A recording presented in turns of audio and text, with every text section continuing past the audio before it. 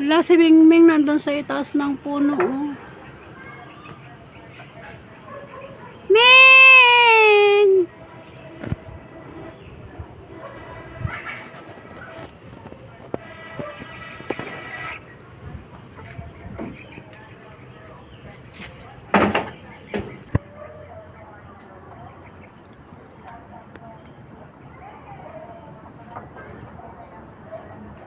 Ming!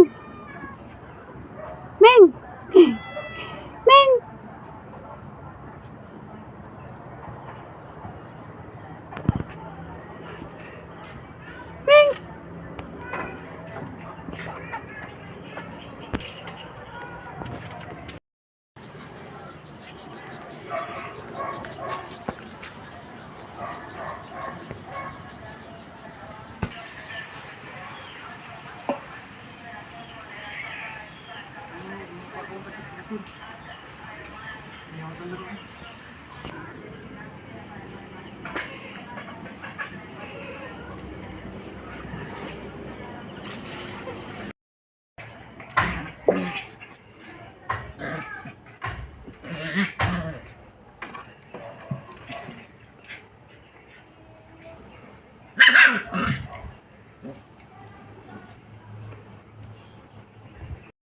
Kumpung pamilyang kinailangang ilikas sa mga lugar na yan.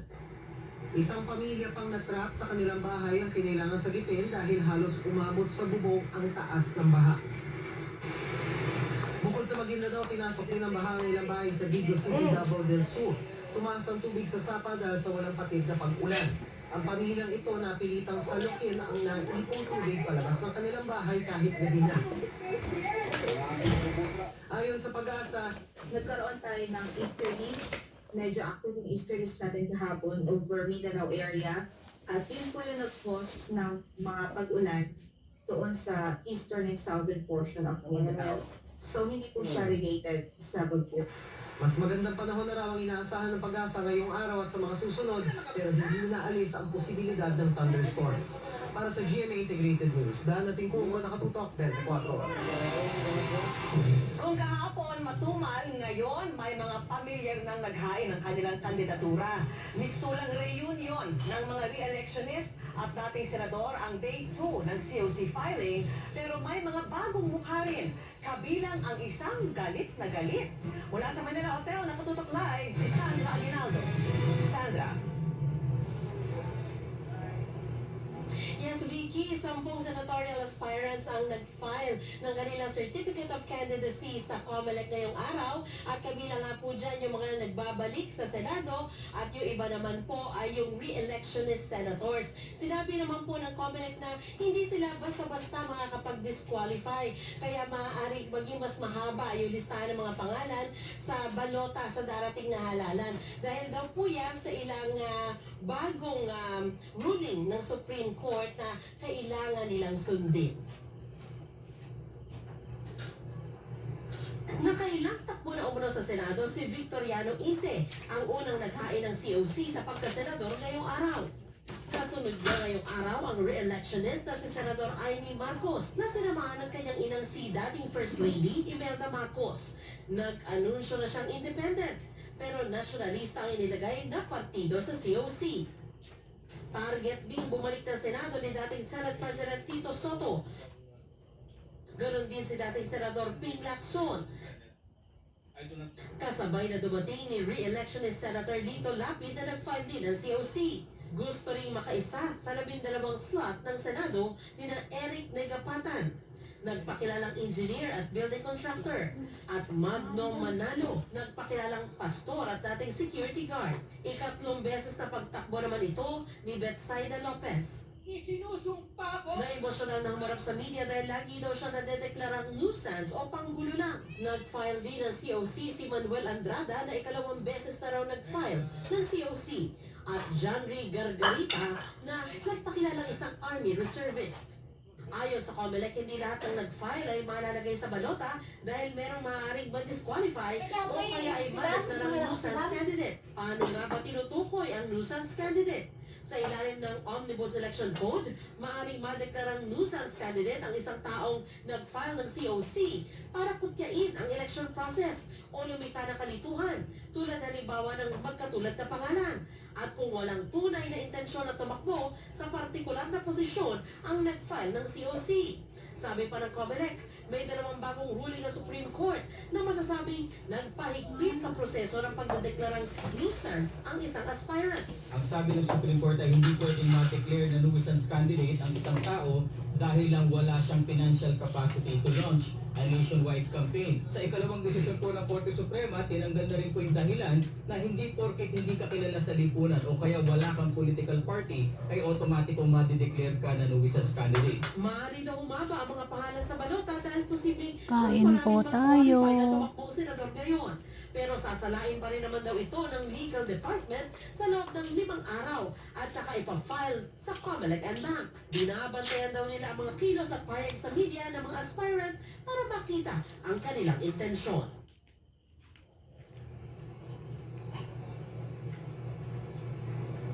Vicky, ayon nga dito kay COMELEC Chairman George Erwin Garcia ay base na rin daw sa mga report na natatanggap nila mula sa PNP ay naging maayos at tahimik yung unang 2 araw ng filing ng Certificate of Candidacy. Vicky? Sandra, may mga personalidad na muling nag-file ng COC kahit di-declare ng nuisance candidate noon. May ruling ba ang COMELEC kung ilang beses lang nila tatanggapin ang kanilang COC kahit pa di-declare na silang nuisance candidate sa nagdaang eleksyon? Vicky, yung Ay, Ming, baba! pinapaliwanag ng Ming! COMELEC, ay wala silang limit dyan at pinapayagan Baba, nila yung baba. pagpa-file Yan na lang ito. yun Ang kanilang basehan daw dyan ay kumbaga lahat naman ng tao ay maaaring mag-aspire na magsilbi sa ating bansa. Kaya pinapayagan nila. Basta ang requirements naman sa pag-file nila ng COC ay bit-bit nila at kumpleto sila ay maaaring mag-file. Kaya Vicky, meron ilan dito na nagpa-file sila tuwing may eleksyon at minsan iba-ibang posisyon. Minsan naman ay puro senatorial lang yung pinafile nila. So yan ay walang limit ika nga ayon sa COMELEC. Vicky? Sandra, unti-unti nang dumarami yung nagpa-file ng COC. Sa taya ng COMELEC, ilang kandidato kaya sa pagkasenador ang posibleng makita natin sa balota sa 2025? Vicky, sa ngayon wala silang masabi no, na estimate o pagtaya tungkol dyan. Pero ang sinasabi lang nila talaga daw sa pagpa-file ng COC, sa pagtanggap ng COC ay liberal sila. Tawag nila ministerial. Halos titignan lang nila kung talaga kompleto yung requirements. Pero yun nga, may pinapaliwanag sila kanina na meron naman silang pagsala na gagawin at yan daw yung magaganap no, yung sa una 5 araw matapos yung October 1 to 8 meron 5 araw na period doon kung saan yung legal department ng COMELEC ay magsusumite sa para naman sila ay makasama sa balota. Vicky? Maraming salamat sa iyo, Sandra Aguinaldo. Sa Manila Hotel, may senatorial aspirant na emosyonal. Sa kalapit na Quirino Grandstand naman, kanya-kanyang pakulo ang mga taga-suporta. At meron pang tila na ambunan ng biyaya. Silipin natin sa live na pagtutok ni Oscar Oida. Oscar! ML, bigay todo nga ang mga tumagsa rito sa Quirino Grandstand para magpakita ng suporta sa kanilang mga pambato na naghain ng Certificate of Candidacy o COC ngayong araw. Fiesta? Ay hindi! Dahil mga supporters lang ito ng mga naghain ng kandidatura na dumagsa dito sa Quirino Grandstand. In fairness, kumpleto ang musiko dahil may majorettes pa. Full force din ang suporta sa mga party list nominees na in colors pa nang dumagsa rito. Ang pabanda naman ng grupong ito, may sayawan pa. Oo, suportado mo namin yan. Hindi mo kami bibitaw sa kanila. Para naman makatulong din kami sa kanila. Para naman matulungan din kami. Pero wala pa mang eleksyon, may nanalo na. At least sa araw na ito. Ang mga gaya ng mamang sorbitero na si Mang Roy na naparami ang benta. Mayroon na rin ako ng pambili ng bigas. Tsaka walang Abala rin siya siyempre ang 400 pulis Maynila na nagbabantay sa paligid ng Manila Hotel. Iba pa, ang dagdag puwersa mula naman sa Philippine Marine Corps. Sa tingin natin sapat yung ating hanay, pero kung yung inito ng sitwasyon, marami tayong mga additional na yung ating mga naka-standby na mga pwersa para gamitin natin. Una na sinabi ng MPD Mel na sapat ang kanilang puwersa para bantayan ang venue dito. Pero kinakailangan, handa raw silang magdagdag. Mel? Maraming salamat sa iyo, Oscar Oida. Nadagdagan din ang mga party list na naghain ng kandidatura. Dagdag sa 15 nominado ng mga party list na naghain hapon, ang 11 nominado ng mga party list na nag-file ng Certificate of Nomination at Certificate of Acceptance of Nomination ngayong araw. 26 na ang kabuang bilang ng mga nag-file na party list. Nag-iwan ng mahigit 600 milyong pisong halaga ng pinsala ang bagyong Julian sa Batanes. At kahit palayo na ang bagyo, nakakaranas pa rin ng mudslide at rockslide sa ilang lugar doon. Nakatutok si Joseph Moro. Hindi magkamayaw ang residente ito ng barangay Sinapas sa Sabtang Batanes sa pagdalis ng mga naputol na sanga sa kasagsagan ng bagyong Julian nitong Lunes. Sa lakas ng hangin at ulan, halos walang makita sa paligid. Binahari ng barangay. Habang ang ilang bangka iniahon para makaligtas sa malalakas na alon. Pero sa paglipas ng unos ay tumambad pa rin ang pinsala sa ilang bangka at marami pa rin bumagsak na puno sa mga daan. At nakaligtas man ang pader ng mga bahay na bato, may ilang natuklapan ng mga bubong. Ang isang ito nga, walang natira sa bubong. Ayon sa Pag-asa, nang dumaan ang bagyong Julian nitong Lunes, tumapat ang eyewall o gilid ng mata nito sa Sabtang. Nasa eyewall pa naman ang mga thunderstorm na nagdudulot ng malalakas na ulan at hangin. Nakararanas pa rin ang mudslide at rockslide ng Batanes kahit palayo na ang bagyo. Pero nagsimula na rin ang clearing operation sa maraming lugar doon. Tulad sa iba na Batanes kung saan nalilinis na ang mga daang natapunan ng putik. Ang ilan, tulad sa National Highway na ito sa Basco and Inspection ni Governor Marilu Caico.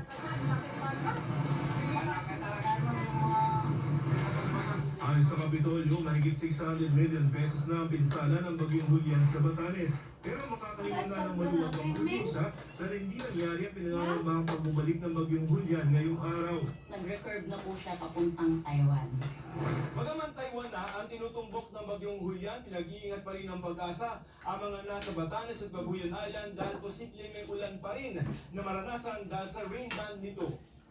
Inaasahan pa rin papasok ang bagyo sa Philippine Area of Responsibility, bagaman lalabas na ng tuluyan pa Taiwan sa Biyernes ng gabi o Sabado ng umaga. Possible makaka-apekto pa rin dito sa may Batanes, kaya asahan po rin po natin yung mga malalakas na hangin at yung mga pag-ulan. Signal number 1 na lamang ang nakataas ngayon, mas mahina na sa signal number 4 ng kasagsagan nito. At asahan na maganda ang panahon sa weekend. Para sa GMA Integrated News, Joseph Morong, nakatutok 24 oras. Arestado sa pagkaiwalay na operasyon sa Marawi City ang Battalion Commander at Sub-Commander ng MILF dahil sa iligal na walang pagbebenta ng armas. Tumahayag sa aking eksklusibong magtutulong.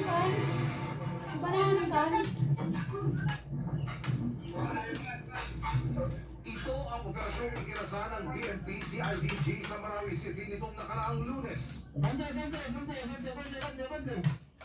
Ang subject ng bypass operation, Battalion Commander ng MILF. Agad siyang pinadapa at pinalibutan ng mga nakabattle ready gear ng mga pulis. Sa loob ng isang sako na na-recover mula sa suspect, natagpuan ang mga armas na ibinebenta umano nito sa undercover police officer. May karapatan mo na hindi pumasalat po. Ano man ang masasabihin ay pwede-gamitin lamang ang bato sa ibang mga kuman. Sa hiwalay na operasyon naman sa Marawi City pa rin, isa pa pumalay miyembro ng MILF na may ranggong Battalion Sub-Commander ang nadakip rin ng CIDG dahil sa pagbebenta rin umano ng mga armas. Na-recover sa operasyong ito ang 2 automatic rifle, 2 pistola, mga bala at iba't ibang paraphernalia. Patuloy naming sinusubok na makuna ng panig ang mga suspect. Sa tala ng PNP mula Enero hanggang Setyembre, 6,000 personalidad na ang kanilang nahuli habang nasa higit 20,000 loose firearms na rin ang kanilang na-recover sa kanilang kampanya para buwagin ang mga armadong grupong maaaring magamit sa kampanya. As early as last year po talaga ay pinaigting na natin yung ating kampanya against loose firearms dahil itong loose firearms ay isa sa mga risk factors na na-identify natin na maaaring makapag-impluensya sa mga election na campaign natin. Ayon sa PNP, isa raw ang Bangsamoro Autonomous Region sa namumurong mapabilang sa election areas of concern, kaya't ngayon pa lang, nakatutok na raw ang PNP at COMELEC dito. Nagsimula na po sir yung ating evaluation and assessment kung ano-ano pong mga lugar po yung ating i-recommenda para mapasailalim po doon sa mga tinatawag po nating election areas of concern. Para sa GMA Integrated News, Emil Sumangil, nakatutok 24 oras. Good news! Sa nananapit na Kapaskuhan, mas murang bigas na ang mabibili sa mga pamilihan. Ayon po yan sa Agriculture Department. Kung bakit? Alamin, sa pagtutok ni Bernadette Reyes. Sumima ang presyo ng imported na bigas sa pwesto ito ni Oliver sa Quezon City nang mapatupad ang export ban ng India noong July 2023. Kung doon ng market yung India is pumapalo kami dati ng 65 per kilo yung retail namin. Affected din yung capital namin ng mga businessman. Pero binawi na ng India ang ban. Baka tutulong ito sa pagmura ng bigas kahit pa mas malitang porsyento ng bigas na inaangkat ng Pilipinas mula India kumpara sa Vietnam at Thailand. Yung rice, mag-free up at dadami yung trade sa buong mundo. At mas mura yung Indian rice din compare sa Vietnam. You can drive yung presyo ng international rice. Ayon sa Department of Agriculture, bukod sa pagdami ng supply sa international market, ngayong bukas na sa export ang India, makatutulong din para lalo pang bumaba ang presyo ng bigas sa bansa sa sandaling maramdaman ng epekto ng Executive Order No. 62 kung saan ibinaba sa 15% ang taripa sa imported na bigas. Dahan-dahan talaga. Kasi imagine mo coming tayo from 55, maybe 52, 50, ngayon nakakita na tayo ng 42 hanggang 45. Malaki na yun. Very significant change na yun sa drop ng presyo ng bigas. But we're still expecting na kaya pang bulutan. Hindi agad mararamdaman ang epekto ng pag-alis ng India sa rice export ban, pero posibleng magmura ang bigas ngayong magpapasko. Mga isang buwan pa po yan na makakalipid po sila ngayong Christmas time, ngayong Christmas. Babantayan din ang agri-products sa mga pantalan para walang matengga tulad na nangyari sa mga bilog-kilo ng bigas na makailan. Hindi talaga magkakaroon ng mga overstaying para maganda rin labas, pasok at labas ng mga container na may laman na agricultural. Mahigit 500 container lang na ilalabas. May isa pang container na halos 3 araw nang nananatili sa Manila South Harbor. Ayon sa PBA, sinabihan ng terminal operator na i-endorso ito sa DOC. Para sa GMA Integrated News, Bernadette Reyes, nakatutok 24 oras. Sila na buhay sa umunoy pagkamatay ang publishing company agent na sangkot sa DepEd textbook scam. Magtatatlong dekada na ang nakalipas. Pinalapas kasi siyang sumakabilang buhay ng kanyang abogado kaya nakalusot sa kaso pero naaresto kamakailan. Nakatutok si Mark Salazar. Ito ang video na aktwal na pag-aresto ng NBI sa nagpakilalang Jessica Francisco para sa kasong estafa. May nagtip sa kanila na itong si Francisco sa totoo ay si Mary Ann Maslog, isang publishing company agent na sangkot pa sa isang mas malaking kaso, ang 24 million peso textbook scam sa Department of Education. Magtatatlong dekada na ang nakararaan. We went on to verify several warrants of arrest under those names, and fortunately we were able to secure at least 2 warrants under the name Mary Ann Maslog. So we set up an entrapment operation. Nakumpirma na si Francisco nga ay si Maslog matapos magkumpara ng fingerprint. After a thorough comparison in analysis, we got 14 identical bits characteristics. We are now 100% sure that Mary Ann Evans Basa Tupa Smith, also known as Mary Ann Maslog, and Jessica Cese Francisco are one and the same person. Si Maslog tila nabuhay mula sa patay. Sa records kasi ng Sandigan Bayan, idineklara ng kanyang abogado na sumakabilang buhay na siya. Kaya idineklara na siyang patay ng korte at nakalusot siya sa kasong graft. Ang kanyang dalawang co-accused na DepEd officials napatawan ng parusang kulong na 10 taon dahil sa pamimeke ng dokumento ng Department of Budget para mabayaran ng kumpanya ni Maslog noong 1998. Naniwala ang sandigan bayan natin na she's already dead. Hindi na tinakil siya sa desisyon. Yun na lang dalawa, convicted yung dalawa. Illegal use of alias at falsification lamang ang kayang ikaso ng NBI kay Maslog. Kaya madali niya rin itong napiansahan. Pero, Excuse me, I'm sorry, we will release her na. At eto, umabot, bench warrant of arrest issued by the Sandigan Bayan. And there is no bail recommended. So we will hold her. But dito pa muna siya. Ito, kalalabas lang, mahinit-init pa. the problem with the bench warrant that was shown by the good director to the media a while ago was just a mere photocopy. So, as counsels, we would demand that we be shown the original copy of the bench warrant that was issued by the Sandigan Bayan. Kanina, tinurn over ng NBI si Maslog sa Sandigan Bayan at mananatili muna siya sa Sheriff's Office. Bukas isasalang siya agad ng 2nd Division. Sa korte, kailangan patunayan ng NBI na ang hinuli nila ay si Mary Ann Maslog na. Hininga namin ng pahayag ng abogado ni Maslog na si Attorney Mark Senya. Ang sabi niya, kukuha pa lamang sila ng mga dokumento sa korte para maintindihan ang punot dulo ng kwentong ito.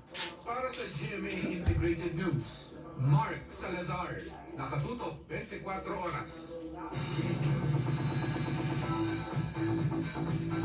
Happy midweek, chikahan mga kapuso! Getting ready para sa kanilang production numbers sina Julian San Jose at River Cruz para sa Sparkle World Tour sa Japan this October. At kahit busy din sa kanilang projects, di nawawala ang bonding ng Julie Bird na idinadaan nila sa jamming session. Makichika kayo, Bram Karanta. Rockers in the house. Yan ang bagong jamming session ng Sparkle couple na sina Julian San Jose at River Cruz na ipinost nila sa kanilang Instagram accounts. Si River ang gitarista. Si Julie naman ang drummer at lead vocals.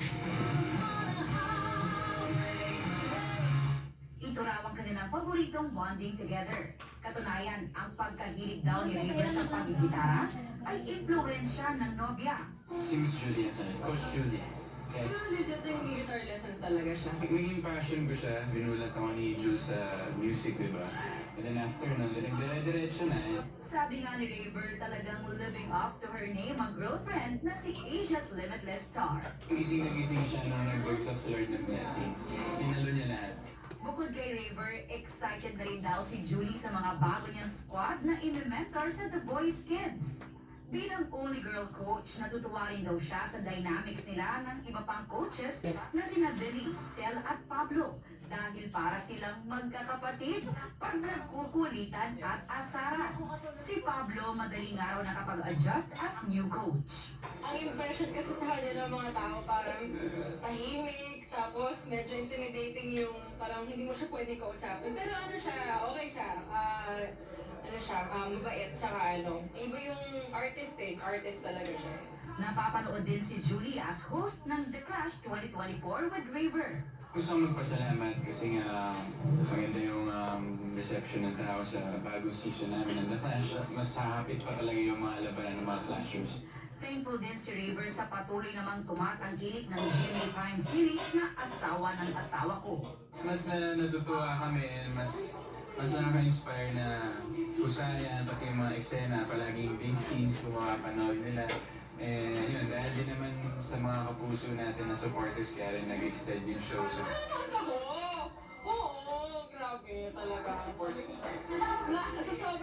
sobrang galing nila mga aktor, talagang mahuhook ka talaga sa kanila siya sa story. Sa December, magkakaroon naman ng shows ang Juliverse sa Land Down Under. Pero bago yan, biyahing Japan muna sila para sa Sparkle World Tour. Kung saan makakasama nila sina Roro Madrid, Bianca Umali, Jillian Ward, at Betong Sumaya this October 20.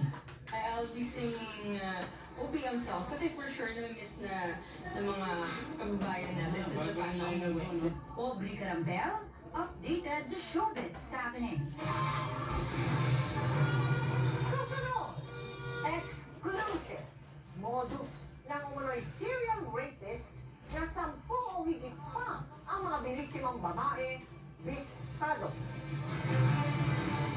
Alamin ang mga digital service na papatawan ng VAT sa ilalim ng pinirmahang batas ng Pangulo.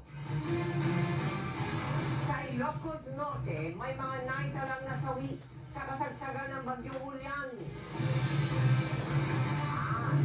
Main cast ng abot kamay na pangarap, hindi napigilang maging emosyonal sa nalalapit na pagtatapos ng serye. Tutukan lahat ng yan sa pagpapatuloy ng 24 oras.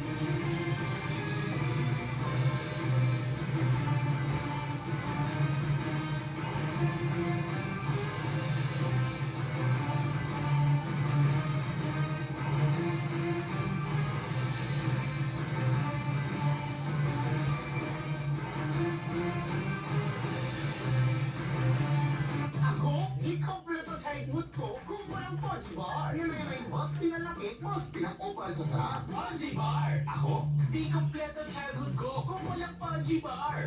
Ay, mas pinalaki, mas pinag-upal sa sarap. Fudgy Bar! Wala katapusang laba. Sa di matanggal naman siya, dapat L'Oreal Clean and Bright. Ultra bulana, ultra linis pa. Kaya less viscous. More tayo sa pamilya. L'Oreal Clean and Bright. Hey guys, I'm here with Kate and Bea. Bad timing yung kape. Baka dandruff yan? Use Head & Shoulders Tanggal ang dandruff with Process Cafe. Katigaw for good dahil 100% dandruff-free ka. Sakay na! Kasya pa buong pamilya dyan. Bigatin tulitan! Parang surf na kun mas bigatin pa. Mas bigatin, kaya mas magulo. That's one. Upgrade Axe Body Spray. Bust odor up to 48 hours and smell irresistible. Bust odor up to 48 hours and smell irresistible. Axe Effect.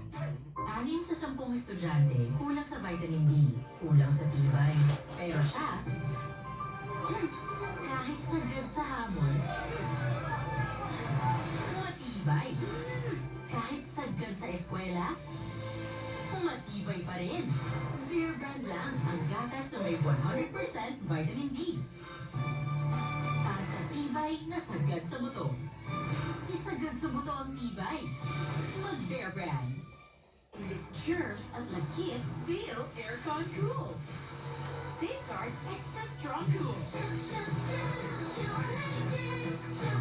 Germs off, aircon cool on.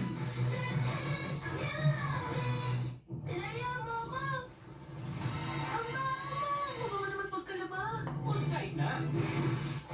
Sa iba, may natirang dumi na natatakpan lang ng bango sa Tide Tagos ang Linis. Tide Tagos Linis kaya trupa mo! Ang sipag, kailangan may pinagpuputan. Kopi ko Black 3-in-1. Buhay! Buhay! Buhay! Kopi ko Black 3-in-1. Ang kape para buhay ang lungkot.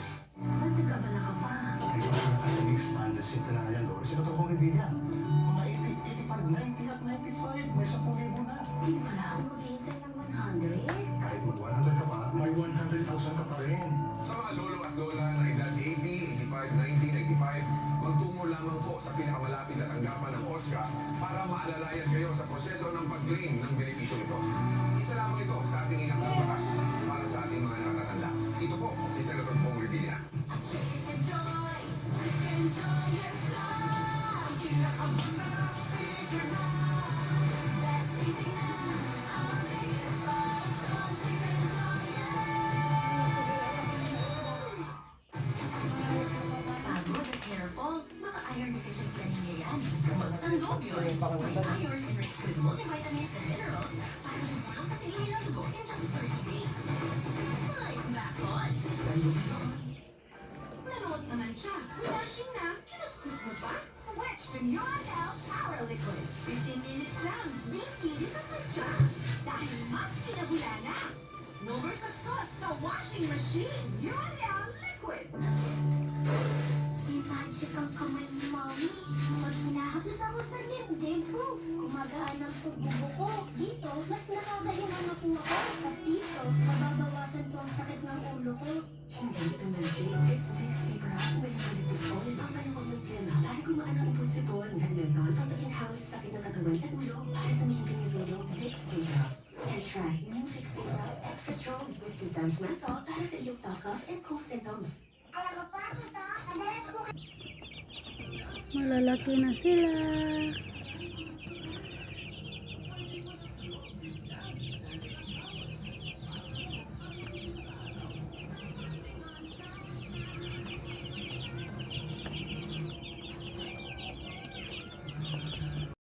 Hindi, kaya mag-judgment car tayo. Magdalawa ko lang siya. 750 lang sa ba? Hindi, affordable pa. Right! I love styling my hair. Perfect dust, hair fall, Pantene. Enriched with profilements to make hair strong. Use Big Dust, animal and style. Matagal mo na sinubukan pero sinusubukan ka pa. Mahirap na, pero konti na lang. Matitikman na ang sarap. If you're shocked, drink responsibly. Area of Responsibility o PAR, ang bagyong huli na nataan sa layong 275 kilometers. West-northwest ng Ipe, Palares. Ganito ang lakas ng 165 kilometers per hour at bugsong aabot sa 205 kilometers per hour.